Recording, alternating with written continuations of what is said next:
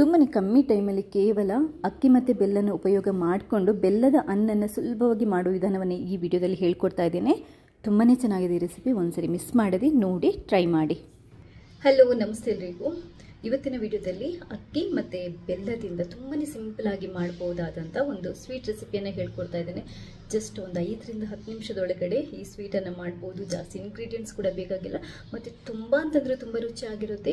ದೇವರಿಗೆ ನಾವು ಪೂಜೆ ಮಾಡುವಾಗ ಪ್ರಸಾದಕ್ಕೆ ಕೂಡ ಇದನ್ನ ಉಪಯೋಗ ಮಾಡ್ಬೋದು. ವಿಡಿಯೋನ ಪೂರ್ತಿಯಾಗಿ ನೋಡಿ, ಖಂಡಿತವಾಗ್ಲೂ ನಿಮಗೆ ಈ ರೆಸಿಪಿ ತುಂಬ ಇಷ್ಟ ಆಗುತ್ತೆ ಅಂತ ಅಂದ್ಕೊಂಡಿದ್ದೇನೆ. ಒಂದ್ಸರಿ ಟ್ರೈ ಮಾಡಿ, ಮರೆಯದೆ ನನಗೆ ನಿಮ್ಮ ಫೀಡ್ಬ್ಯಾಕ್ನ ತಿಳಿಸಿ. ಫಸ್ಟ್ ಟೈಮ್ ಏನಾದರೂ ನೀವು ನನ್ನ ಚಾನೆಲ್ನ ನೋಡ್ತಾ ಇದ್ದರೆ ದಯವಿಟ್ಟು ಸಬ್ಸ್ಕ್ರೈಬ್ ಆಗಿ, ಯಾಕಂತಂದರೆ ನಾನು ನೆಕ್ಸ್ಟ್ ಹಾಕುವಂಥ ಎಲ್ಲ ವಿಡಿಯೋಗಳನ್ನು ನೀವು ಮಿಸ್ ಮಾಡದೆ ನೋಡ್ಕೋಬೋದು. ಥ್ಯಾಂಕ್ಸ್ ಎಲ್ರಿಗೂ. ನೋಡಿ, ಈ ಬೆಲ್ಲದ ಅನ್ನನ ಮಾಡೋದಕ್ಕೆ ನಾನು 1 ಲೋಟದಷ್ಟು ಊಟಕ್ಕೆ ಹಾಕುವಂಥ ಅಕ್ಕಿಯನ್ನು ತಗೊಂಡಿದ್ದೇನೆ. ಅದನ್ನ ಒಂದು ಅರ್ಧ ಗಂಟೆ ಮುಂಚೆ ನೀರು ಹಾಕಿ ನೆನೆ ಹಾಕಲಿಕ್ಕೆ ಇಡಬೇಕು. ತುಂಬ ಸಾಫ್ಟಾಗಿ ಈ ಬೆಲ್ಲದ ಅನ್ನ ರೆಡಿ ಆಗುತ್ತೆ. ಹಾಗೆಯೇ 1 ಬೌಲಷ್ಟು ನಾನು ಬೆಲ್ಲನ ತಗೊಂಡಿದ್ದೇನೆ. ಅಂಟು ಬೆಲ್ಲ ಇದು, ನೀವು ಪುಡಿ ಬೆಲ್ಲ ಬೇಕಾದರೂ ತಗೋಬಹುದು ಅಥವಾ ಬೆಲ್ಲನ ಬುದ್ದಿ ರೆಡಿ ಮಾಡಿ ಇಟ್ಕೊಳ್ಳಿ. ಹಾಗೆಯೇ ಸ್ವಲ್ಪ ಗೋಡಂಬಿ, ದ್ರಾಕ್ಷಿ ಮತ್ತು ಬಾದಾಮಿಯನ್ನು ರೆಡಿ ಮಾಡ್ಕೊಂಡು ಇಟ್ಕೊಂಡಿದ್ದೇನೆ. ಮತ್ತೊಂದು ಸ್ವಲ್ಪ ಏಲಕ್ಕಿ ನಮ್ಗೆ ಬೇಕಾಗುತ್ತೆ. ಈಗ ಬೆಲ್ಲದ ಅನ್ನನ ಮಾಡೋಣ.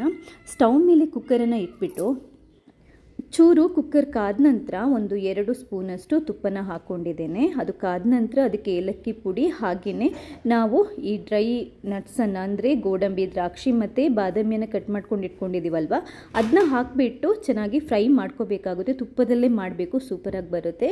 ಅದಾದ ನಂತರ ನಾವು ಕೊನೆಗೆ ಪುಡಿ ಮಾಡಿಟ್ಟಿರುವಂಥ ಬೆಲ್ಲನ ಹಾಕೋಬೇಕು. ಬೆಲ್ಲನ ಹಾಕಿಬಿಟ್ಟು ಕರಗಲಿಕ್ಕೆ ಸ್ವಲ್ಪ ಹೊತ್ತು ಬಿಡ್ಬೋದು, ಇಲ್ಲಾಂದರೆ ನಾವು ನೀರನ್ನು ಹಾಕೋಬೇಕಾಗುತ್ತೆ. ನಮಗೆ ರೈಸ್ ಬೇಯಲಿಕ್ಕೆ ಎಷ್ಟು ನೀರು ಅಂತ ಗೊತ್ತಿರುತ್ತಲ್ವ, ಅಂದರೆ 1 ಗ್ಲಾಸ್ ರೈಸ್ ತಗೊಂಡ್ರೆ 2 ಗ್ಲಾಸಷ್ಟು ನೀರನ್ನು ಹಾಕೋಬೇಕಾಗುತ್ತೆ. 2 ಕಾಲು ಲೋಟ ನೀರು ಸಾಕು. ಬೆಲ್ಲ ನೀರಾದ ನಂತರ ಒಂದು ಚಿಟಿಕೆಯಷ್ಟು ಉಪ್ಪನ್ನು ಹಾಕೊತಾ ಇದ್ದೇನೆ. ಅಂದರೆ ಆ ಸ್ವೀಟ್ ಬ್ಯಾಲೆನ್ಸ್ ಮಾಡೋದಕ್ಕೆ ಸ್ವಲ್ಪ ಉಪ್ಪನ್ನು ಸೇರಿಸ್ಕೊತಾ ಇದ್ದೇನೆ. ಬೆಲ್ಲ ಕರೆಕ್ಟಾಗಿ ಕರಗಿ ನೀರು ಕುದಿದಾದ ನಂತರ ನಾವು ಅಕ್ಕಿಯನ್ನು ತೊಳೆದು ಬಿಟ್ಟು ನೀರನ್ನು ಬಸಿದ್ಬಿಟ್ಟು ಹಾಕೋಬೇಕು.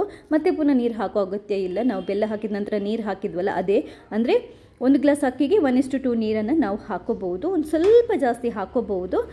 ಒಂದು 3 ವಿಷಲ್ ಹಾಕಿಸಿದ್ದೇನೆ. ನೋಡಿ, ಬೆಂದಿದೆ. ಸೂಪರ್ ಆಗಿರುವಂಥ ಬೆಲ್ಲದ ಅನ್ನ ರೆಡಿಯಾಗಿದೆ. ನಿಮಗೆ ನೋಡ್ತಾ ಇದ್ರೇ ಗೊತ್ತಾಗುತ್ತೆ ಇದು ಎಷ್ಟು ಚೆನ್ನಾಗಿ ಬಂದಿದೆ ಅಂತ. ದೇವರ ಪ್ರಸಾದಕ್ಕೆ ಅಂದರೆ ನೈವೇದ್ಯಕ್ಕೆ ನಾವು ಪೂಜೆಗೆಲ್ಲ ಉಪಯೋಗ ಮಾಡ್ಬೋದು. ಹಾಗೆಯೇ ಡೆಸರ್ಟ್ ಟೈಪ್ ಅಂದರೆ ಊಟ ಆದ ನಂತರ ಸಿಹಿ ತಿಂತೀವಲ್ವ, ಅದಕ್ಕೂ ಉಪಯೋಗ ಮಾಡ್ಬೋದು. ತುಂಬ ಅಂತಂದರೆ ತುಂಬ ಚೆನ್ನಾಗಿರುತ್ತೆ, ತುಂಬ ರುಚಿಯಾಗಿರುತ್ತೆ, ತುಂಬ ಸುಲಭ ಕೂಡ ಮಾಡೋದಕ್ಕೆ. ರೆಸಿಪಿ ಇಷ್ಟ ಆದರೆ ಖಂಡಿತವಾಗ್ಲೂ ಒಂದ್ಸರಿ ಟ್ರೈ ಮಾಡಿ, ನನಗೆ ನಿಮ್ಮ ಫೀಡ್ಬ್ಯಾಕ್ನ ತಿಳಿಸಿ. ಥ್ಯಾಂಕ್ಸ್ ಎಲ್ರಿಗೂ.